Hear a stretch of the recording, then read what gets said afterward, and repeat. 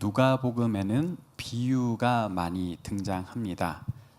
그것은 누가복음을 쓴 저자 누가의 성향이기도 한데요. 누가는 의사로서 사도 바울과 함께 선교 여행을 다녔습니다.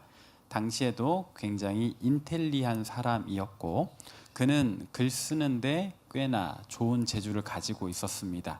당시에 영향력 있는 복음의 스토리텔러였다. 그래서 누가가 쓴 누가복음과 사도행전은 데오빌로 각하라 불리는 로마의 고위공직자에게 헌정된 기독교 복음 변증록이라고 할 수 있겠습니다.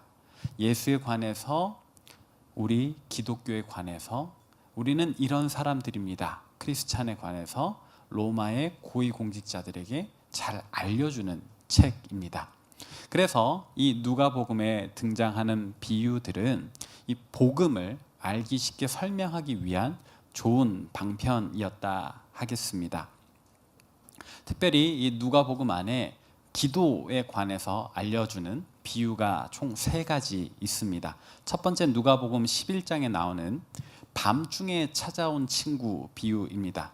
해당 단락에서 예수님께서는 마태복음에는 좀 더 자세하게 나와 있는데 이 누가복음에서는 좀 간결하게 주기도문을 알려주시거든요. 그러면서 하는 이유가 밤에 너희가 잠을 자고 있는데 누군가 친구가 찾아왔다고 생각을 해보자. 그리고 배가 너무 고픈데 떡 3덩이만 좀 달라라고 한다면 그 친구됨을 인하여서는 주지 않겠지만 얼마나 배가 고팠으면 이 새벽에 찾아와서 밥을 좀 달라 할까, 떡을 달라 할까, 그 간절함 때문에라도 귀찮지만 일어나지 않겠느냐. 그래서 기도할 때는 우리 간절한 마음이 있어야 된다. 아유, 해보고 들어주시면 고맙고 안 들어주시면 말지 뭐 이런 마음으로 기도하는 거 아니다. 정말 하나님 도와주십시오, 나 좀 살려주십시오 하는 그런 간절함이 우리에게 있어야 한다. 이런 이야기를 알려주셨습니다.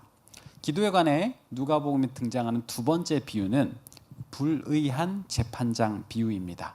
어떤 도시에 하나님을 두려워하지 않는 재판관이 있었다라고 합니다. 흔히 우리가 재판장 이렇게 하면은 그가 하나님을 상징하는 것처럼 생각을 하는데 구체적으로 언급이 되잖아요. 하나님을 두려워하지 않는 재판장이니까 그는 하나님을 뜻하지는 않습니다. 근데 어떤 과부가 억울한 일이 있는 거예요. 그래서 이 재판장에게 내 억울함을 풀어달라고 한두 번이 아니라 계속 날마다 찾아오는 겁니다. 그래서 이 불의한 재판관이 스스로 생각하기를 내가 하나님 무서운 줄은 모르지만 이 과부 너무 귀찮다. 앞으로 얼마나 더 나를 괴롭게 할지 모르겠다. 이 간절함에 더해서 끈질김 때문에라도 내가 이 과부의 억울한 마음을 그 사정을 풀어줘야 되겠다 하지 않겠느냐는 겁니다. 그래서 우리가 기도할 때는 간절함도 있어야 되겠지만 2번째는 지속성, 그 끈질김도 있어야 된다. 그래서 제가 이때 그런 이야기를 했을 겁니다. 기도하라. 언제까지? 응답 받을 때까지. 응답 올 때까지 계속 기도해야 되는 거예요. 분명 하나님께서는 우리에게 우리의 기도에 yes나 no 혹은 더 기다리라는 웨이트의 응답을 주실 겁니다. 그런데 아무 응답이 없는 것 같아? 그럼 기도를 멈추어서는 된다 안 된다? 아니요, 더 기도해야 됩니다. 확실한 가부간의 응답이 올 때까지 우리는 계속 기도해야 된다. 기도하다 보면 이 뭔가 허망한 듯한 이 느낌이 지나고 나서 하나님의 어떤 그 마음이 우리에게 조금씩 전달되는 때가 올 겁니다. 거기까지 안 갔기 때문에 그런 응답을 우리가 누리지 못하는 거예요. 좀 더 기도하시면 좋겠어요. 이왕이면 혼자 기도하지 마시고 저에게 알려주시면 더 좋겠습니다. 제가 같이 기도해 드릴게요. 혼자 기도할 때보다는 그래도 제가 같이 기도할 때 여러분들의 마음에 더 위로가 되지 않을까 하니까는요. 자, 여러분들의 힘이 되어드리고 싶습니다. 기도 제목 있으시면 언제든지 저에게 연락 주세요.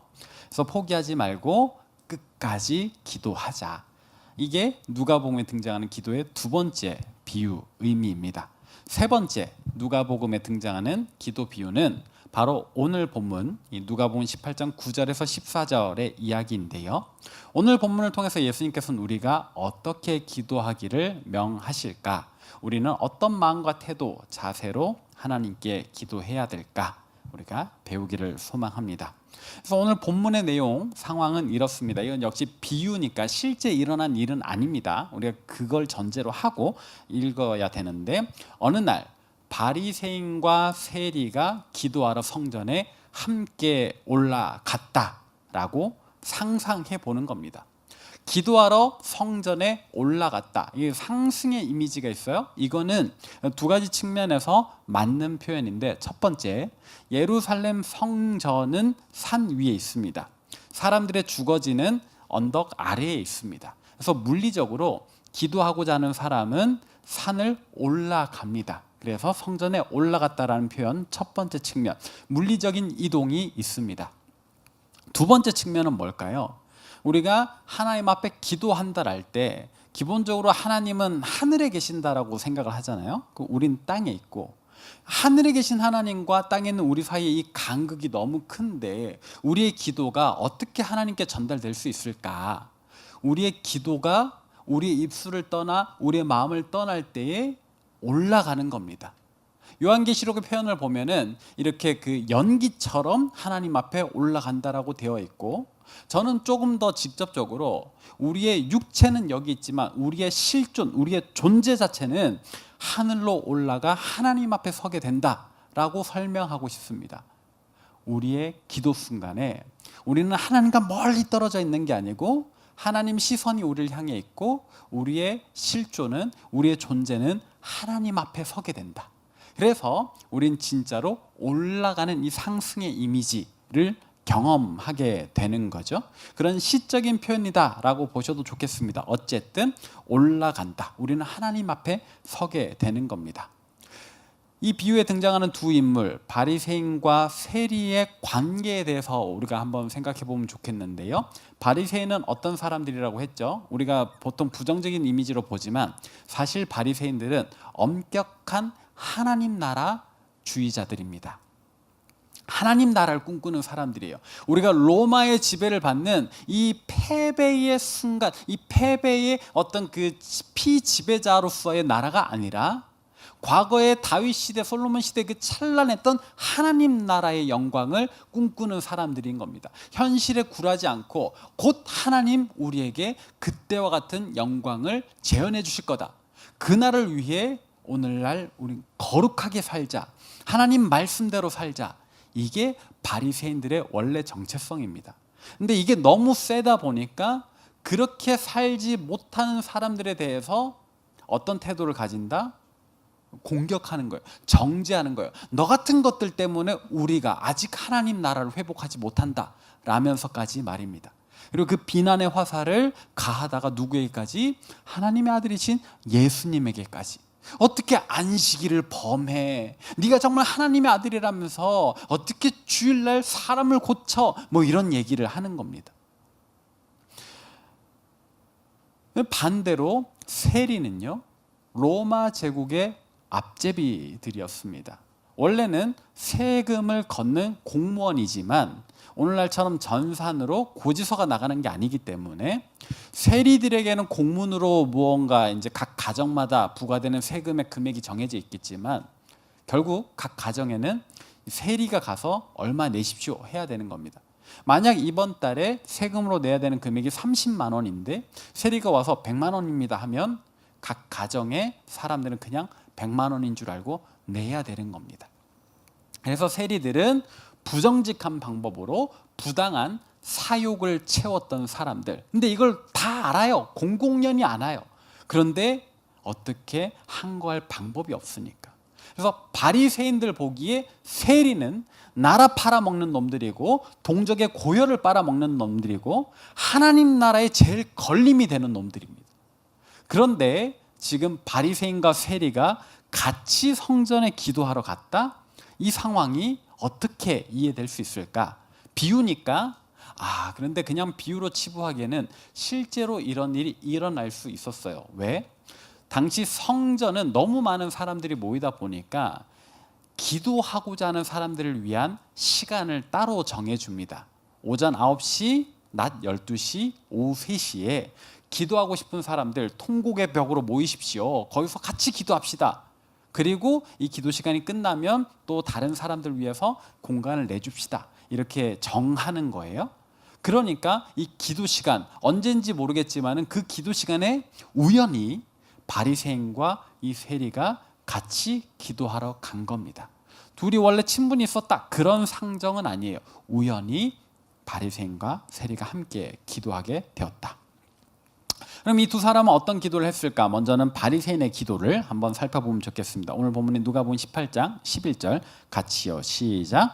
바리새인은 서서 따로 기도하여 이르되 하나님이여, 나는 다른 사람들 곧 토색, 불의, 간음을 하는 자들과 같이 아니하고 이 세리와도 같이 아니함을 감사하나이다.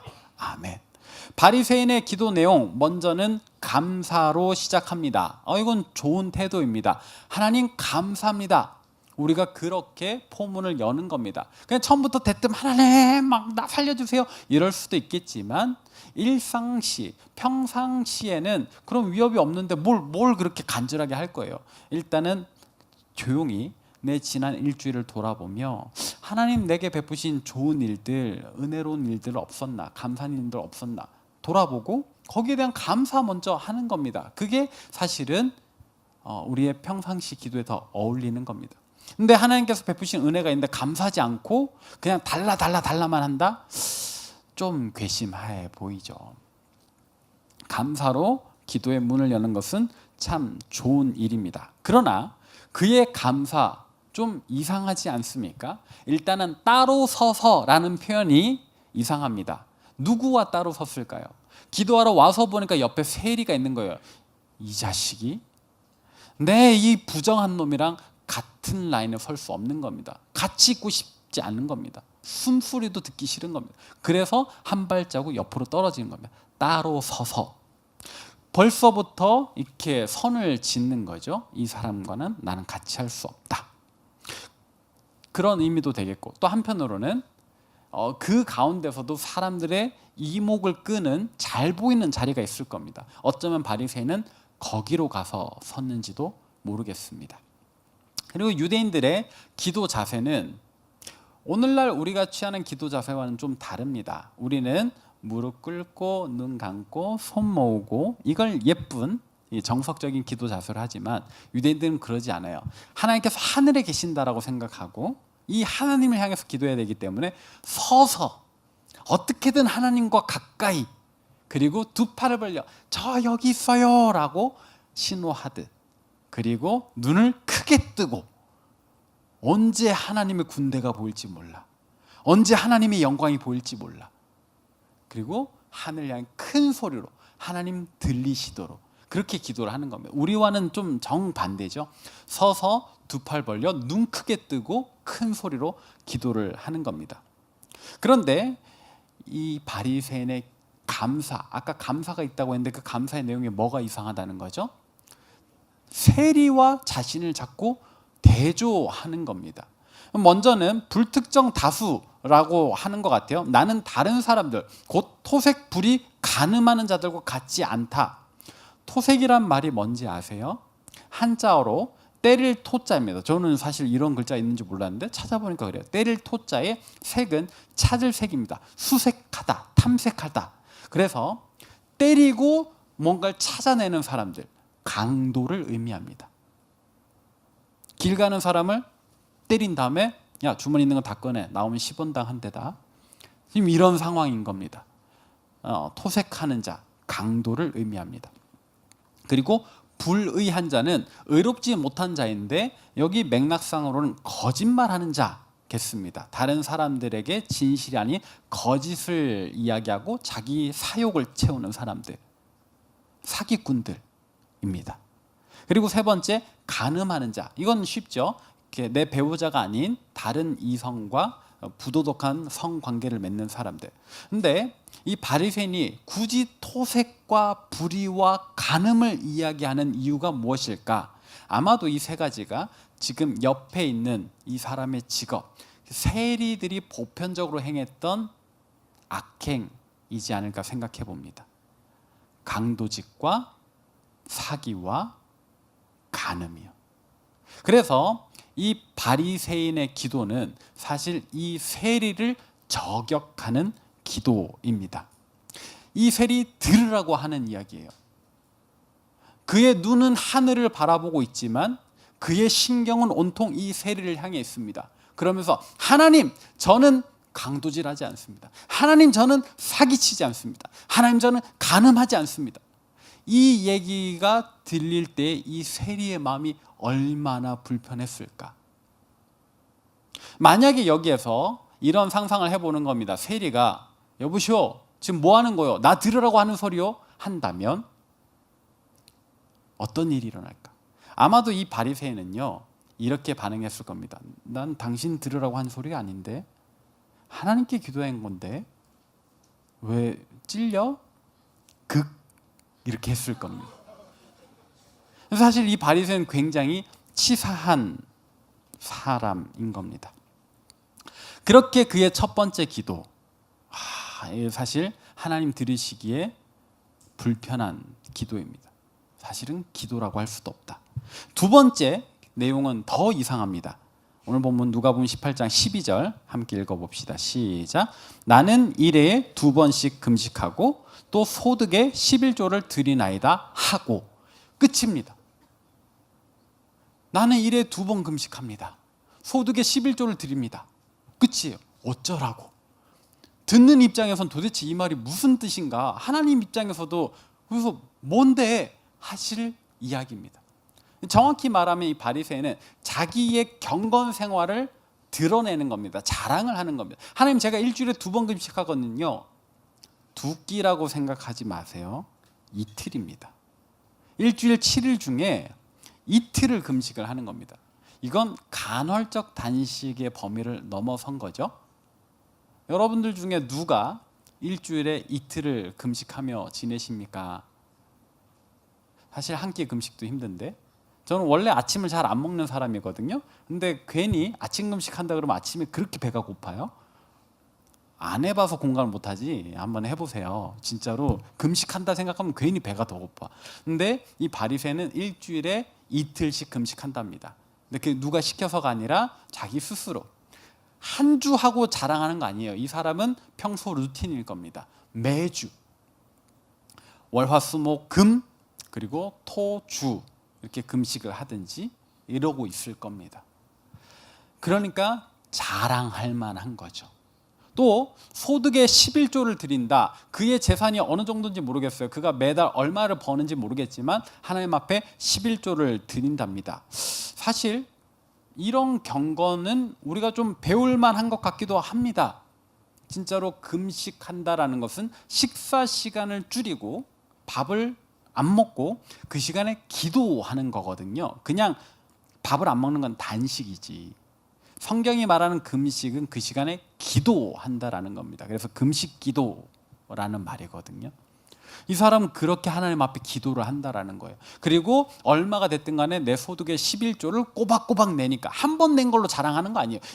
이 바리새인은 매번 낼 겁니다. 우리 중에 누가 그렇게 매주 금식 기도를 하고 있나? 우리 중에 누가 그렇게 성실하게 11조를 하고 있나? 물론 여러분들 중에 하는 분들이 있는 줄 압니다. 여러분들 비난하거나 정죄하는 게 아니에요. 하지만 대부분들이 마음에 거리낌이 있을 겁니다. 아직은 11조 한다라는 것이 어려울 겁니다. 그 11조 이야기가 나오니까 사실 여러분들에게 좀 고민을 하다가 권면하는 건데요. 이 헌금 생활에 대해서 이렇게 제가 몇 번 언급을 했잖아요. 그때마다 마음이 좀 불편하다 하신 분들이 있는 걸로 알아요. 그래도 할 수밖에 없는 건 성경이 우리에게 권하기 때문입니다. 그렇다고 제가 막 목록 뽑아가지고 너는 이번 달에 11조 안 했구나 이렇게 연락하지 않잖아요. 여러분들에게 자율적으로 맡기는 거고 하나님 앞에서 여러분들이 스스로 하시는 겁니다. 그래서 너무 이렇게 힘들어하지 마시고 하실 수 있는데 고민이 되신다면 한번 해보시면 좋겠고, 하실 수 없는 상황이라 괴로우시다면 자유하십시오. 하나님께서도 여러분들에게 금액 따져가면서 징벌하지 않으실 겁니다. 다만 여러분들이 그냥 하나님 앞에서 내 삶을 스스로 돌아보시고 기쁘게 하시면 좋겠어요. 못하셔도 자유하셨으면 좋겠습니다. 이 11조에 관한 부분들 그러셨으면 좋겠는데, 어쨌든 아까 말씀드린 것처럼 이 바리새는 우리가 쉽게 따라할 수 없을 대단한 경건을 하고 있는 겁니다. 일주일에 이틀 금식, 매달 빼먹지 않는 11조, 대단한 겁니다. 하지만 그의 기도는 칭찬할 구석이 없다. 왜? 이 바리새인의 기도는 눈은 하늘을 보고 있어요. 목소리도 하늘을 향해서 하고 있을 거예요. 그러나 정작 하나님 들으시라고 하는 기도인가? 아니요. 먼저는 이 세리 들으라고 하는 기도입니다. 야, 너 토색하는 놈이잖아. 야, 너 불의한 놈이잖아. 너 간음하는 놈이잖아. 너 금식은 해봤니? 너 11조 드려? 넌 안 하잖아. 어디 너 같은 게 내 옆에서 기도한다고 서 있는 거야? 꺼져. 라는 마음이 있는 겁니다. 그게 이 사람의 마음의 첫 번째 대상입니다. 두 번째는요, 그 성전 안에 기도하고자 모인 모든 사람들 들으라고 하는 이야기입니다. 나 이렇게 대단한 사람이야. 나 바리새인이거든. 너희하고는 차원이 다른 경건 생활을 하는 사람이야. 라고 자기를 드러내는 겁니다. 그의 눈은 하늘을 바라보고 있지만, 그의 입은 하늘을 향해서 소리를 내지만 정작 그의 마음은 하나님 향해 있지 않아요. 세리를 향해 있고 그 자리에 있던 뭇 사람들을 향해 있는 겁니다. 하나님 요만큼 생각은 했을지도 몰라요. 그죠? 그러나 하나님은 세 번째 대상입니다. 그런 그의 기도, 그런 그의 경건을 진짜 기도라고 할 수 있는가? 그의 경건을 진짜 경건이라고 할 수 있는가? 그의 마음이 온전히 하나님을 향해 있지 않은데. 그리고 애초에 그 일주일에 이틀씩 금식이요, 누가 시킨 건데요? 아무도 시키지 않았습니다. 성경에 하나님께서 금식을 요구하신 것은 엄밀히 말하면 대속죄일, 대제사장이 1년에 한 번 온 이스라엘 민족을 위하여 성소로 나가는 그날에 금식하게 돼 있는 거예요. 그 외에는 자발적인 금식이에요. 내가 슬픈 일 당했을 때, 내가 병들었을 때, 내 가족이 아플 때, 내 지인이 당하게 뭔가 나쁜 일을 당했을 때, 혹은 나라가 멸망의 위기에 있을 때, 그럴 때 금식하는 겁니다. 죄를 머리에 뿌려가며 옷을 찢으면서 하나님 살려주십시오, 그렇게 기도하는 게 금식이거든요. 근데 지금 바리새인의 상황은 물론 로마 제국의 지배를 받고 있으니까 나라가 망했네? 금식할 만하네? 하겠지만 이렇게 일주일에 이틀씩 해가면서 할 그런 기도는 아닙니다. 정말 그가 애통하는 마음으로 금식했을까? 기도했을까? 아니요. 지금 이 사람의 마음은 내일 아침에 기도 시간에 올라가서 나 이렇게 기도해야지, 신나 있는 상황입니다. 굶는 게 신나는 거예요. 자랑할 생각이 신나는 거예요. 그런 금식을 진짜 기도라고 할 수 있을까? 반면에 이 세리는 어떻게 기도했습니까? 누가복음 18장 13절 함께 읽습니다. 시작. 세리는 멀리 서서 감히 눈을 들어 하늘을 쳐다보지도 못하고 다만 가슴을 치며 이르되 하나님이여 불쌍히 여기소서, 나는 죄인이로소이다 하였느니라. 아멘. 세리는 아까 따로 섰던 바리새인에게서 멀리 떨어집니다. 멀리 떨어져서 혼자 기도합니다. 그런데 이 세리 역시도 유대인이었겠지만 당시에 그들의 기도 자세와 다르게 감히 하늘을 쳐다보지도 못하고 다만 자기 가슴을 치면서 조용히 기도하는 겁니다. 하나님, 나를 불쌍히 여겨주십시오. 나는 죄인입니다. 어쩌면 저 바리새인이 했던 말 맞습니다. 저는 토색하는 자입니다. 남의 것을 빼앗는 자입니다. 저는 불의한 자입니다. 내 입술로 거짓말을 구했습니다. 그래서 내 이웃을, 내 백성들을 힘들게 했습니다. 하나님, 제가 다른 여인들을 마음에 품었습니다. 저 진짜 더러운 인간 맞습니다. 그런 저도 오늘은 하나님 앞에 나아가고 싶은데 저를 불쌍히 여겨주십시오. 그렇게 기도했다라는 겁니다. 둘 중에 누구의 기도를 하나님께서 들으실까? 이 세리는 그 눈은 하늘을 바라보지 못하지만 그 입도 어쩌면 속으로 웅얼웅얼 거리기만 했을지도 모르지만 그 마음은 온전히 하나님을 향해 있었다. 바리새인의 실존은 이 세리를 겨냥해 있고 무사람들을 쳐다보고 있었을지 몰라도 이 세리의 실존은 다른 모든 사람들 제쳐두고 하나님 앞에 있었습니다. 하나님께서는 바리새인이 아니라 이 세리를 의롭다 칭하신다. 여러분, 결국 기도에 있어서 우리의 외면적인 것은 중요하지 않습니다. 우리가 하늘을 보고 기도하든 땅을 보고 기도하든 그건 중요하지 않아요. 손을 모으고 기도하든 펼치고 기도하든 그것도 중요하지 않습니다. 심지어는 침대에 누워서도 기도할 수 있을 겁니다. 여러분들이 졸지만 않는다면요. 다시 한 번 더, 자세가 중요한 것 아니다. 드러나는 것이 중요한 것이 아니다. 우리의 마음이 하나님 앞에 온전히 있는가, 그것이 중요합니다. 우리가 기도할 때 정말 우리 영혼이, 우리의 실존이 하나님 앞에 있다, 내 앞에 지금 하나님 계신다 라고 생각하면서 기도하십시오. 하나님께서 듣고 계신다, 그 사실을 믿으면서요. 그리고 이와 같은 마음 자세는, 태도는 꼭 기도에만 국한된 것 아닙니다. 우리의 예배에도 동일하게 적용됩니다. 이 시간에 우리의 몸은 이 과천교회 교육관 지하 2층에 있지만 우리의 실존은, 우리의 영혼은 하나님의 존전에 있는 줄로 믿습니다. 그런 우리가 이 예배 시간에 웹툰을 본다, 혹은 다른 누군가를 생각한다, 하나님께 너무 신뢰가 되는 것 아닐까요? 다른 사람 신경 쓰지 말고 오롯이 하나님 앞에 내가 1대1로 있다라고 생각하고 예배하시면 좋겠습니다. 그렇게 우리는 모두 신 앞에 선 단독자입니다. 원래 이 용어는 제가 만든 게 아니에요. 되게 멋있어 보이는 용어라서 제가 만들고 싶지만 이미 덴마크의 철학자 죄렌 키에르케고르라는 사람이 했던 말입니다.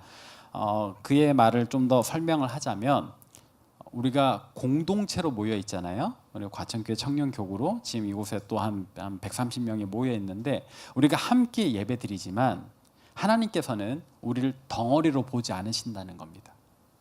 우리 같이 모여 있어도 각 사람의 예배를 받으신다라는 겁니다. 한 사람 한 사람 말이죠. 어떻게 그게 가능한가? 가능하죠. 사실 우리만 해도 가능하지 않습니까? 우리가 수업을 들어요. 학교에서 이 수업에 우리 모두가 다 같이 그 교수님의 말에 온전히 집중하고 있는가? 사실 속으로 딴 생각할 수 있잖아요. 교수님도 압니다. 네, 다시 한 번 더 제 자랑을 잠깐 하자면, 전 장로회 신학대학교 개원교수로 있습니다. 한 학기 수업을 진행했는데 뻔히 노트북 화면이 제 반대쪽으로 돼 있지만 뭐 보고 있는지 알 것 같아.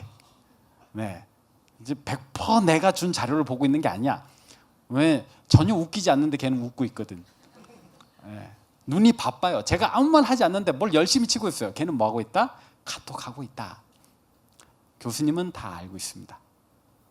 그런 거죠.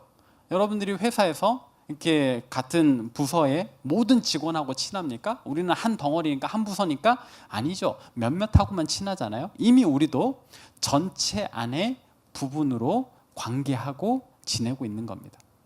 하나님 앞에 나아가는 우리도 마찬가지다. 한 시간에 한 공간에서 예배하지만 하나님께서는 우리 각자를 주목해 보고 계신다. 성경에 그와 같은 예가 이미 있죠. 누굽니까? 가인과 아벨의 제사입니다. 둘은 형제였어요. 같은 날 같은 장소에서 그냥 제물만 따로 준비해서 하나님 앞에 예배했을 겁니다. 그러나 하나님께서는 가인의 제사와 제물은 받지 않으셨다. 아벨의 것만 받으셨다. 그러니까 가인이 화를 냅니다. 왜 내 건 안 받으시나? 같이 예배드리는데, 같은 곳에서 예배드리는데, 그냥 제물만 좀 달랐는데. 그러나 하나님께서 말씀하시죠. 네 마음의 중심이 잘못됐다. 나는 고기를 좋아해서 아벨의 어린 양 제물을 좋아하고 이런 거 아닙니다. 가인의 마음이 동생에 대한 미움으로 가득 차 있는 거예요. 하나님 앞에 예배하는데 동생을 신경 쓰고 있는 겁니다. 그러니까 하나님께서 그 예배를 받지 않으신다. 오늘 우리의 예배는 어떻습니까? 여러분들의 스스로에 대한 평가는 어떻게 내리시겠습니까? 매 순간 온전히 하나님을 향해 있습니까? 이 스피플과 함께 찬양하실 때 여러분들이 진실로 그 찬양의 마음을 담아서 함께 동참하고 있는지요? 노래 부르고 박수 치는데 다른 사람 눈치 보지 마세요. 그냥 여러분들이 하나님 앞에 찬양하시는 겁니다. 누군가 대표 기도를 할 때 그 구절 구절마다 새겨 들으면서 아멘, 저도 그렇게 생각합니다. 하나님 응답해 주세요. 그렇게 마음을 모으면서 그 시간에 참여하셔야 돼요. 앞에선 기도해라, 나는 딴 생각할란다. 다른 예배입니다. 기도원에 찬양할 때 그 찬양 가사를 곱씹으면서 내가 저곳에서 함께 찬양하진 않지만 이 마음으로 같이 웅장해질 수 있잖아요. 그래서 기도원 찬양이 끝나면 아멘 다 같이 화답을 하는 겁니다. 같이 한번 해볼까요? 제가 하나 둘 셋 하면 아멘, 하나 둘 셋 아멘. 이렇게 마음을 모으는 거예요. 여러분, 예배가요, 은혜가 되는 거는요, 전적으로 여러분들의 탓입니다. 이게 무슨 소리야 싶겠지만 진짜예요. 준비하는 분들은 나름 각자 주어진 상황 속에서 열심히 준비하거든요. 근데 여기에서 은혜를 함께 누리고 못 누리고는 예배에 참여하는 여러분들의 마음밭에 달려있는 겁니다. 좋은 밭에 뿌려지는 은혜라야 좋은 결실을 맺으니까요. 예배 나오시기 전부터 은혜 받을 준비를 하고 나오시면 좋겠어요. 오늘도 정종현 목사님의 말씀은 길구나, 졸아야 되겠다 하고 오시면 은혜가 덜 누려질 수밖에 없습니다. 좀 길겠지만 들을 게 있다, 감사하다 하고 들으실 때 여러분들은 오늘도 성령 충만해지시겠죠.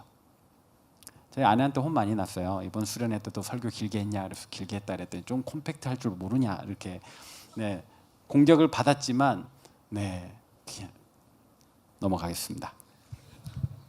그리고 이 말씀 따라 사는 동안 영상 나올 때 그냥 잠깐 어둡다 쪽잠 자야지 하지 마시고 그 노래를 같이 따라 불러주세요. 그래서 말씀 은혜 받을 준비를 하시는 겁니다. 하나님, 내가 진짜로 팔을 벌리는 건 아니지만 제 마음문을 활짝 엽니다. 은혜 내려주십시오. 이러면서 하나님을 계속 생각하는 겁니다. 우리가 그렇게 예배에 온전히 참여할 때 여러분들의 이 예배는 생동감 있는 예배 될 거예요. 영감 있는 예배 될 거예요. 이렇게 여기에 어떤 대단한 설교자를 갖다 놔도요, 여러분들이 눈 감고 안 들으면 그 시간은 그냥 버려지는 시간인 겁니다. 제가 아니라 누구라도 여러분들이 은혜 받을 준비가 되어 있으면 하나님께서는 그 입술을 사용하셔서 여러분들의 삶을 풍성하게 채워주실 거거든요. 그래서 여러분들이 은혜를 못 받는다, 니들 탓이다 라고 직설적으로 이야기하고 제 스스로 준비합니다. 다음 주에는 말씀을 더 짧고 잘 준비해야지. 여러분 사랑합니다. 행복하시죠? 예스. 우리 그렇게 함께 생명력 있는 예배를 만들어 가십시다. 우리 방송팀 이름 공모전에 잘 참여해 주셔서 감사해요. 우리 파송 찬양 공모전에도 여러분들이 함께 동참해 주시면 좋겠어요. 그래서 내가 세상으로 나갈 때 진짜 하나님 주신 은혜 가지고 나아가리라, 어떤 찬양으로 나아갈까 고민하실 때 여러분들이 살아있는 거예요. 여러분들이 생명력 있는 신앙생활 하는 겁니다. 너무 많이 들어오면 어떡하지? 감사하죠. 할렐루야. 그래서 오늘 말씀의 결론입니다. 오늘 본문 마지막 절인 누가복음 18장 14절 함께 읽어봅시다. 시작. 내가 너희에게 이르노니 이에 저 바리새인이 아니고 이 사람이 의롭다 하심을 받고 그의 집으로 내려갔느니라. 무릇 자기를 높이는 자는 낮아지고 자기를 낮추는 자는 높아지리라 하시니라. 아멘. 이 구절 때문에 보통은 이 단락을 교만에 대한 설교로 많이 합니다. 하나님 앞에서 스스로를 높이는 자 하나님 낮추신다. 하나님 앞에 스스로를 낮추는 자, 겸손한 자는 하나님께서 높이신다. 하지만 오늘은 좀 관점을 바꾸어서 우리는 하나님 앞에 어떤 마음, 어떤 태도로 기도해야 될까? 어떻게 예배해야 될까? 온전히 하나님 앞에 서 있다, 내 앞에 하나님이 계신다 라고 생각하고 기도하자, 예배하자라는 말씀을 나누었습니다. 그래서 제목이 신 앞에 선 단독자. 우리는 하나님과 1대1 관계로 맺는 겁니다. 우리가 구원받음에 있어서 일상 속에서 평안과 행복을 누림에 있어서 옆 사람 때문에 누린 거 아니에요. 우리가 스스로 하나님 앞에 어떻게 서 있느냐에 따라서 누리는 겁니다. 엄마 아빠가 아무리 은혜 주려고 해도 자식이 거부한다? 못 누리는 거예요. 옆 사람이 아무리 나한테 저주의 말을 내뱉어도요, 내가 하나님 앞에 하나님과 1대1 관계를 잘 맺는다? 우리 삶은 평안하고 행복한 삶이 되는 겁니다. 하나님 주시는 은혜가 막 감당치 못하게 부어질 거거든요. 그걸 이번 한 주간 저와 여러분이 다 누렸으면 좋겠어요. 하나님 앞에서 우리 각자가. 그래서 우리의 예배는, 우리의 기도는 같이 또 따로입니다. 함께 모여서 우리가 선한 일 많이 이룰 수 있으면 좋겠어요. 독거노인 주거 환경 개선 사역에도 참여해 주시고, 그러나 또 우리 각자가 일상 속에서 하나님 베푸시는 은혜 누리며 살기를 소망합니다. 그럴 때 하나님 큰 은혜 주시리라 믿습니다. 우리 주신 말씀 생각하시면서 함께 이 찬양 부르도록 하겠습니다.